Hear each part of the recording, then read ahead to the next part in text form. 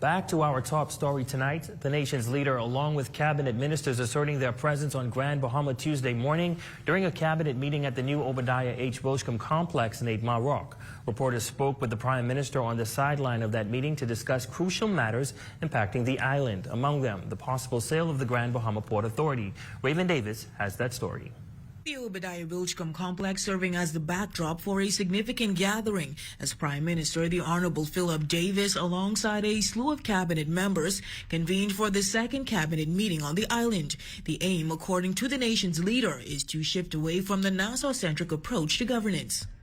And this was to coincide with the opening of this grand complex, the Obadiah Wilchcombe Administrative Complex.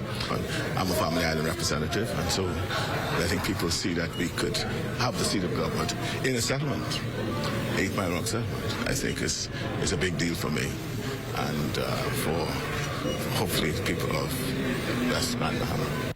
But perhaps the biggest news coming out of that meeting was talk surrounding the potential sale of the Grand Bahama Port Authority to aid in the island's revival, which, according to PM Davis, will require government's approval. And we'll approve any arrangement for the sale of the Port Authority once it's going to align with the benefits that we identify that could be had by the Grand Bahamians and the Bahamas in particular. The government itself is willing to step to the plate to acquire the port. And we made that known to the families as well. Earlier this year, the Prime Minister pointed to the Hawkesbury Creek Agreement as he announced that government had begun to invoice the Port Authority for reimbursable expenses. But has the port responded to those invoices? I'm awaiting to hear what they have to say. There's a matter that we're discussing. They ought to have gotten back to us by the end of October. Unfortunately, things have happened, so I've not been able to pay any particular attention to it. But after this event tomorrow and early next week, we'll be back at the table to see exactly where they are with what we have done.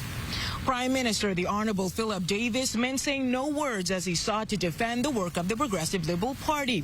This as members of the opposition claim that the West Grand Bahama and Bimini constituency has been neglected by the PLP despite the party holding the seat for over 40 years. In 72, we were just laying the foundation for the modern Bahamas, right? So it's